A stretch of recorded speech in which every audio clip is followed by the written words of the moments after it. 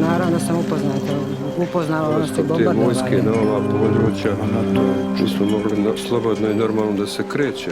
NATO je zaustavio rat ovdje u Bosni, stoga ja gledam to pozitivno. Već da je, mogli su zaustaviti rat, mogli su zaustaviti ovaj rat, mogli su zaustaviti Srebrenicu, mogli su sve zaustaviti.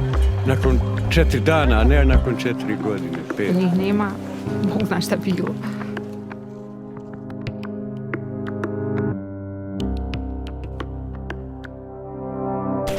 Between March 1992 and December 1995, Bosnian Muslims, often known as Bosniaks, Bosnian Croats and Bosnian Serbs fought each other in Europe's bloodiest conflict since the end of the Second World War. During the war, Bosnia and Herzegovina actually had almost as many as 5 or more conflicts going on at the same time. Over 100,000 people died, 2.3 million fled their homes, and more than 1 million took refuge abroad. Despite the decisive role that NATO came to play in Bosnia and Herzegovina, the alliance was slow to join international efforts to end the fighting. Why do we get involved? Mainly not really for the right strategic reason, not so much because we saw our interests in intervening in Yugoslavia to put a stop to the bloodshed, but more because the United Nations in 1993 came knocking on our door. They needed NATO's assistance with ships in the Adriatic to form a kind of naval blockade to stop the weapons coming in. NATO aircraft were also called upon to enforce a no-fly zone over the country and to provide air support to the UN peacekeeping force UNPROFOR. NATO and UN commanders both had to agree before air operations could be carried out. In 1994, NATO fighters engaged in airstrikes several times, often in support of UN peacekeepers who were under attack. All those people engaged in the war, at the most they wanted you to do was to help them, and the least they wanted you to do was not get in their way. So finally you finished up as a result in a position of either being a hostage or a shield to one or other or both factions.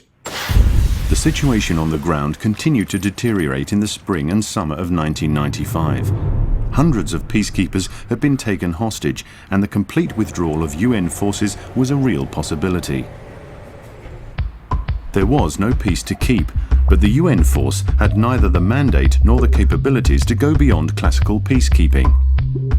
A more robust approach was required. At the end of June, an Anglo-Dutch-French rapid reaction force was deployed to a base outside Sarajevo, but many at NATO believed that the alliance could and should do more to end the war.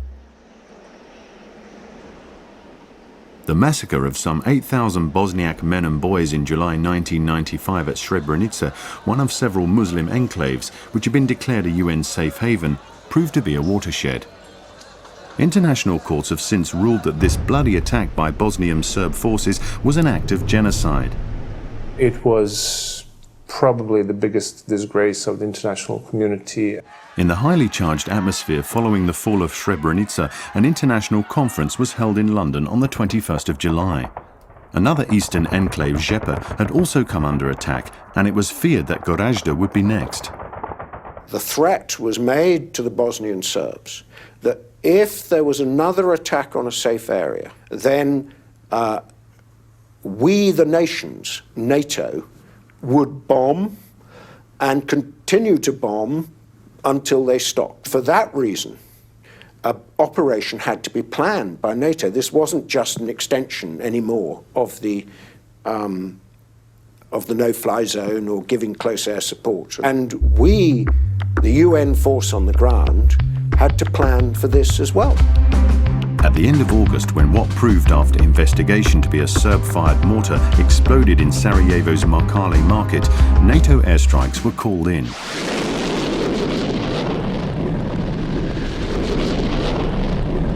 With the support of the international forces on the ground, NATO's 2-week air campaign helped lift the siege of Sarajevo and changed the dynamics of the war. This paved the way for diplomatic negotiations and the signing of the Dayton peace agreement on the 14th of December 1995.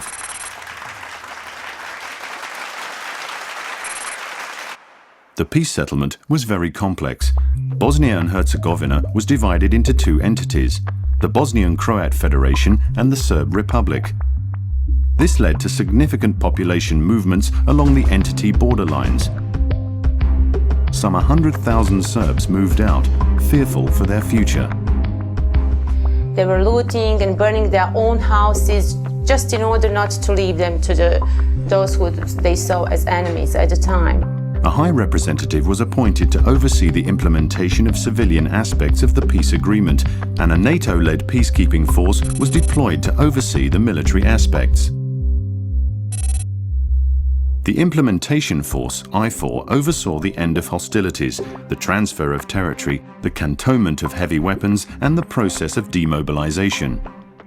We created a ZOS, ZOS, a zone of separation, 10-kilometre wide, a demilitarised zone where no heavy weapons could be stationed. We had 60,000 troops, which meant that there was soldiers on every street corner. Considering it was NATO's first ground mission, I think it was a tremendous success. These were NATO-led operations, obviously based on NATO infrastructure, but they involved nations from outside of NATO participating, including the Russian Federation. IFOR was replaced by the 32,000-strong Stabilization Force, SFOR, in December 1996. The Implementation Force, IFOR, was much more, I should say, combat forces heavy, whereas the SFOR, the Stabilization Force, was much more oriented to the task of stabilizing. SFOR took on a broader range of tasks and worked closely with other international organizations, especially the Office of the High Representative, the OHR, to help create the conditions in which the country could rebuild. SFOR's new approach manifested itself in various ways.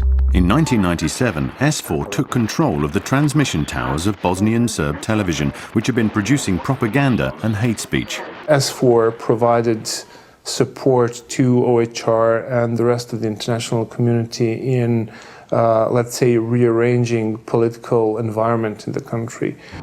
In the summer of 1997, the strong presence of SFOR troops in Banja Luka helped protect the moderate Bosnian Serb president Biljana Plavsic from hardline elements.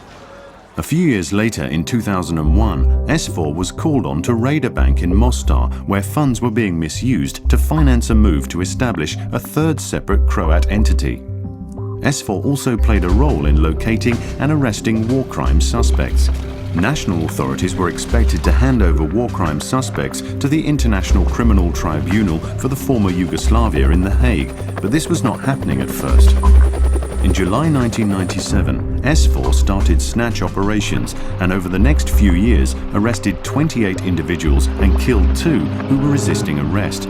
This helped break the cycle of impunity. Bosnia moved into a new phase where for the first time people actually really started to talk about crimes that have been committed during the war. By late 2008, of 161 persons indicted for war crimes, 159 have been brought to justice one way or another. The continued liberty and influence of individuals indicted for war crimes had been one of the greatest obstacles discouraging the return of refugees. The security issue was the main issue for refugee returns. You had to make sure that in the communities, in the entities, the people were received well and not harassed and be driven out once again. After the first few years as the security situation improved, the rate of refugee returns increased. Thanks to SFOR, 1 million people returned to their homes.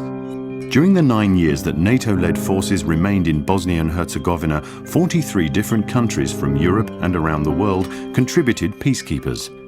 Troop numbers were reduced progressively from the original 60,000 to around 7,000. In December 2004, thanks to progress on the ground, NATO handed over the security operation to the European Union, but continued to support the operation with assets and capabilities.